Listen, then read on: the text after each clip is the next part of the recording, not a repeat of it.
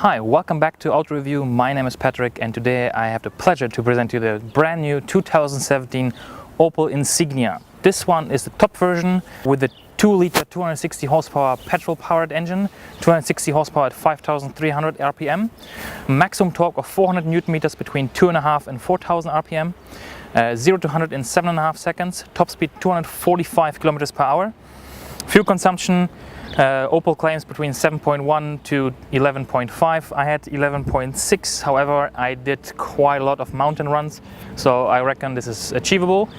What do we have? This car is basically fully packed. The only thing that this car doesn't have is the electric boot or tailgate and the panoramic roof, but otherwise it has everything that you can have on the list. So we have the matrix LED lights, which are amazing. I'll show a clip as well while we're driving in the dark. It's really great. It looks like a cinema opens it basically its stage. We have massage seats which are heated and cooled. We have tons of space. The boot space is anything from 490 liters to 1,450 liters if you fold down the seats. We have navigation, adaptive cruise control with a radar system. We have sign recognition, a lot of things, but I will mention all of them while we're driving. So let me show you as usual the first row, second row, the boot space, and then we hit the road.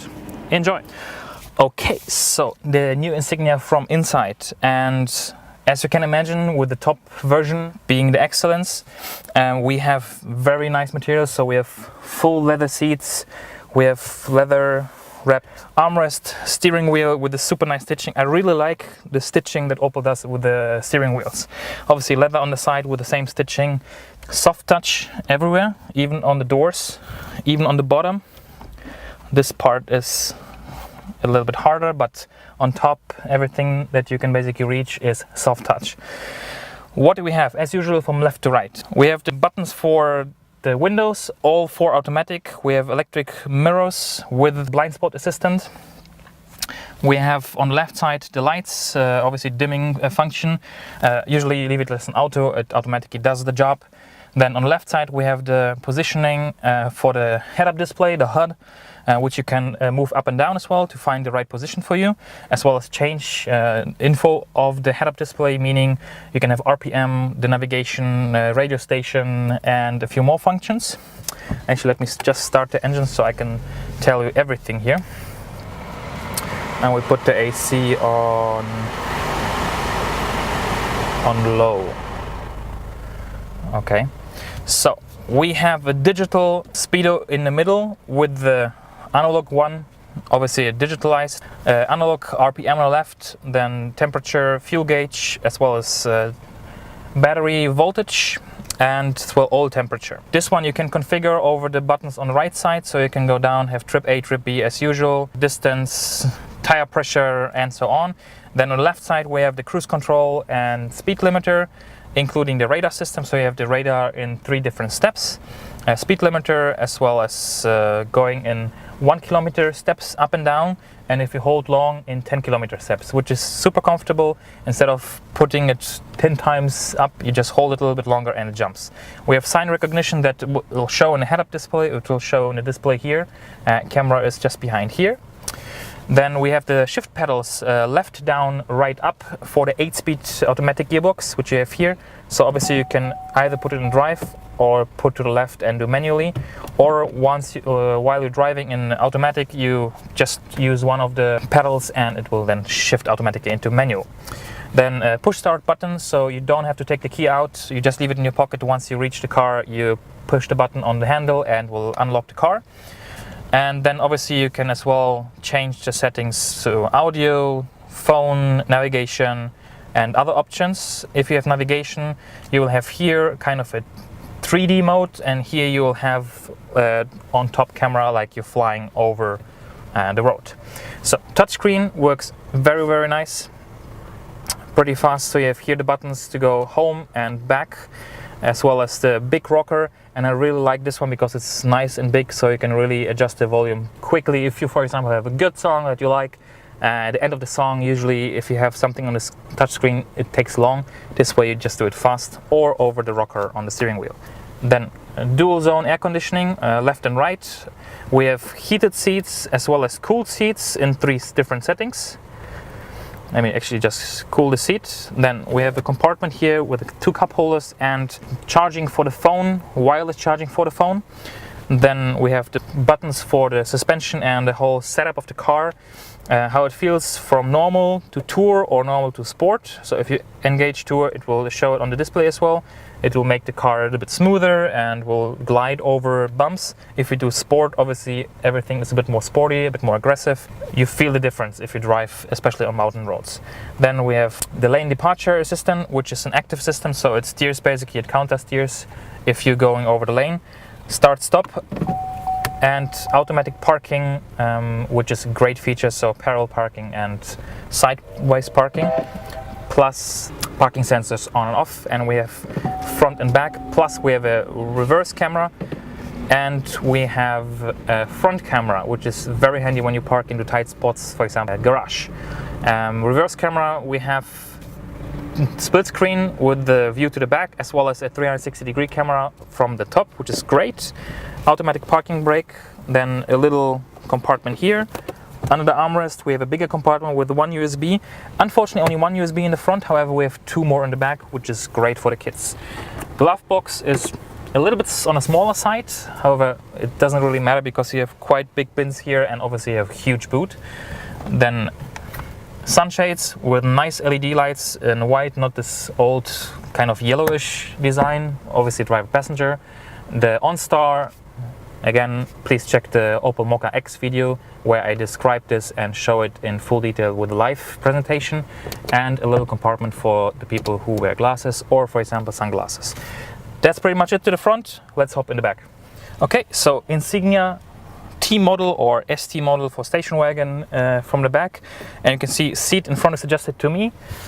I have more than enough leg room. Look at this. I mean, it's really a lot, so very tall people will fit in the front and the back. Then in the back seats, obviously, or the backrests, you see we have some pockets. On the left side we have the electric window, automatic function as well. Then the bins in the doors, which fit 0.5 liter bottles with no problem. We have a little transmission tunnel. Actually, it's not quite little, it's actually like this high. However, you have plenty of space for the feet left and right of it, which is good. We have heated seats in the back in either on or off. Then the air vents for the back, however, you cannot adjust the temperature, but you can adjust the airflow, or you can close it or basically channel it towards it, which is nice. Plus 2 USB ports. Thumbs up, 1, 2. Finally, the manufacturers are getting it and doing more. LED lights for reading, very nice. Then armrest with 2 cup holders with the rubberized kind of material, so in case you spill something. And what I really like as well is the contour of the seats, which you can see here.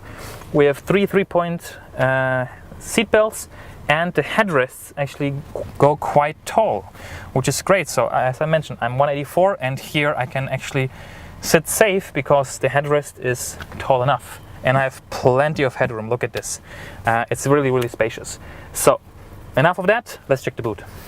Alright, so the Insignia from the back, and before we go to the back we check the side, because what I really like is how long and low the car looks like. Obviously we have the huge 20-inch wheels as an option as well for the OPC line. Then what I really like is that you have this kind of contour in the door, which now obviously the sticker actually makes it look even more. However, it's really there, and we have this line that goes through the handles until the back and continues in the rear light. What I like about the rear lights as well is that they are kind of 3D, so you see they're actually going inside here. This chrome from the upper part of the window goes here and continues into the light. Very nice design, and they're red and white only. Then we have the roof spoiler, which makes the car look a little bit more sporty. Opel sign, Insignia on the left, turbo 4x4 on the right side. Then we have the chrome pipes, which are actually not a real exhaust, it's just a look. The exhaust is down, you don't really see it. And then we open it up. Reverse camera, and I mentioned this one is not the electric tailgate, however there is an option for that. We have the cover for the boot, which once you do like this you can pull it out, and let me just clean this space, and you can see obviously there's tons of space. We have the remote opening of the seats, so basically they fold down once you push it. 12-volt power socket here, hooks, several hooks, a little net on the right side.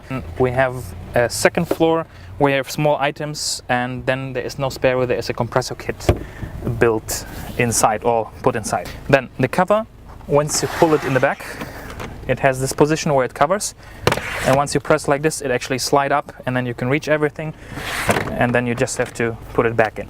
So that's pretty much it. Let's close the boot and let's hit the road. Let's go.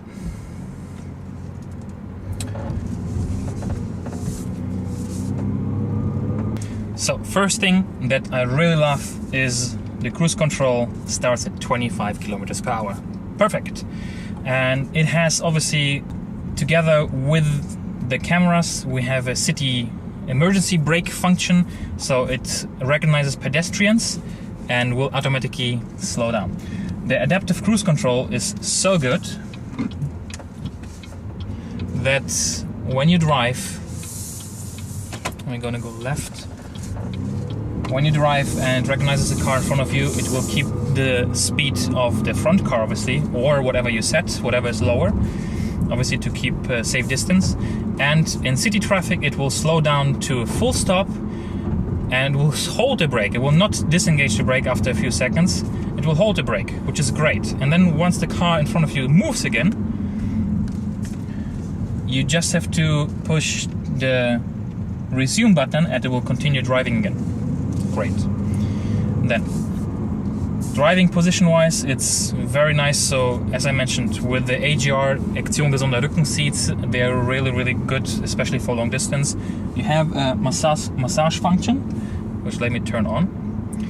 Then you can make this tighter, so basically the ones that hold you in, or release them a little bit to give you more space. Depends on if you're big or small. I'm a little bit bigger, so for me it's perfect now. And with the head-up display, again, I'm a big fan of head-up displays. It really increases safety. So now let me put in the cruise control to 50, and let's keep a medium distance to the car in front. And now it will basically just drive. So you see, I put it up to 50. Now we're driving 44 because the car in front of me is going slower because there are cyclists in front of that car. So it slows down, and once we'll be able to go again, it will accelerate by itself. Apple CarPlay works well. You can either use the navigation which the car has inbuilt, or you can use Google Maps. And that means that you can set your destination in advance, and then basically once you drive, you can, or once you plug it in, you can basically continue it from here. Now it recognizes obviously the cyclist as well, and anytime you can overrule it and overtake or do whatever, so the system will always be able to be overridden. So now we have 50 and now we have 80, and I'll just accelerate, and that's 80. So it goes really quick. Obviously 260 horsepower. We have the turbo kicking in at around 2.5. What I mentioned, the 400 Newton meters, or the maximum torque is at 2.5 to 4,000 RPM, and that is really nice. So as I mentioned, Apple CarPlay or the regular navigation, depends on which one you prefer or which one you're more comfortable with. And driving wise, it's really pleasure. The car is very responsive but very comfortable because we have a very long car. It's 4.986 meters, so nearly 4 meters 99 long. Obviously the wheelbase is long, and that's great for long distance driving, highway and so on, which is really nice. So you see now it slows down. The car in front of me stops, and I don't have anything on the brake. I have my feet up here. See, it slowed down, it stopped, and now I just put resume, and the car will accelerate again. If it doesn't see anything in front, it will go to the speed that you set earlier. However, keep in mind, if your speed was 100, it will accelerate quite quickly to those 100 again. Now let's set it to 60. And always shows you as well, what did you set, what is the speed with the sign recognition, and what is the actual speed you're driving. We have really a lot of information. As you see, we have lane departure warning. Now let me just drift to the left. See, the car automatically steers back. Let's try it on the right with the yellow line. And yellow doesn't recognize. So means you do have to be careful. Let's try give it a second shot. It does. Okay. So all assist systems, I always mention it, they're there to assist. They're not autonomous driving. So this is not a self-driving car. However, they all help you to prevent accidents, to when you, for example, you do something with the AC and then you don't see, the car will try to minimize the effects of a possible accident or basically stop it from happening. See, now it just drifted a little bit to the left and the car put me back in the zone. So, air condition, well, I love the cool seats and heated seats. Now it's very warm, we have 27 degrees, so cool seats are great. As well, we can extend the seat area to make it more long for the legs, and obviously I can adjust everything the way I want, all electric, which is very nice as well.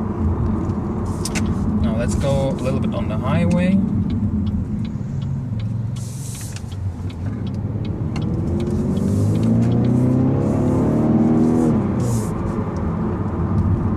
It does have a nice sound as well, though you don't hear really much usually of it, because it is not a sports car. It's supposed to be comfortable cruiser and family car with a lot of space.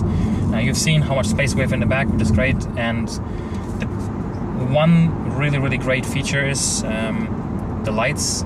So obviously they have automatic lights, now they turn on, and if you put a high beam, you don't have to put it down. It basically has 32 LEDs, so it's a matrix LED light, front lights that actually turns on and off LEDs according to when the car is coming, so they are not being blinded by your lights. So you just put it in high beam and you leave it. You don't have to touch it again. And the car automatically does it, recognizes other lights and basically dims it down that area, which is great. Now you see we have nice ambient light as well, which goes around here and on the side in the doors. And super nice and clear screens. The head-up display is great. I really enjoy driving this car. Great engine. Fuel consumption, as I mentioned, once you brake in the car, because it has only 375 kilometers now, from which I've done 150 I believe so far, you will be able to reduce it. And obviously if you take it easy, if you drive slow, you'll be able to achieve those figures that Opel claims as well. It's super comfortable with the massage function as well, and we have tons of space, so this car is really a thumbs up. Now price wise, the new Insignia starts at 33,600 Swiss francs. This one, as you see here, with pretty much everything, again, despite the automatic tailgate, blind spot assistant shows me, without the automatic tailgate and the panoramic roof, as you see it here, is 65,500, and the Excellence version with the OPC line package here is the top version that you can have now. Obviously, I believe there will be OPC version coming later, I believe in 2018. That will be interesting to check, because I have driven both the OPC line in Dubai before, and I've driven the normal one, the old Insignia, as a station wagon in white. So it's a very nice comparison between the old and the new one. I'm just gonna link it up in the top right corner, so you can check that one out, obviously with a different environment. And big thanks to Bettschen who provided this car to me. Please check them out. Check the link below and see if you would like to contact them, maybe do a test drive with this car, or with any more information. So just check them out, call them up. So thanks a lot for watching. I hope you enjoyed this video review of the Insignia, or 2017 Insignia. And from my point of view, it's a really great car. You get a lot of technology, a lot of car for the money. Space-wise, technology-wise, look-wise, it's really looking amazing. Though again, this one is the OPC line with 20-inch rims. I wouldn't go anything lower than that, because Obviously this looks really great now. If you go to 18-inch or 17, it might not look that great anymore. Okay, that's it. Thank you very much. Subscribe, like and share, comment below, ask if you have any questions, and I'll see you next time. Bye.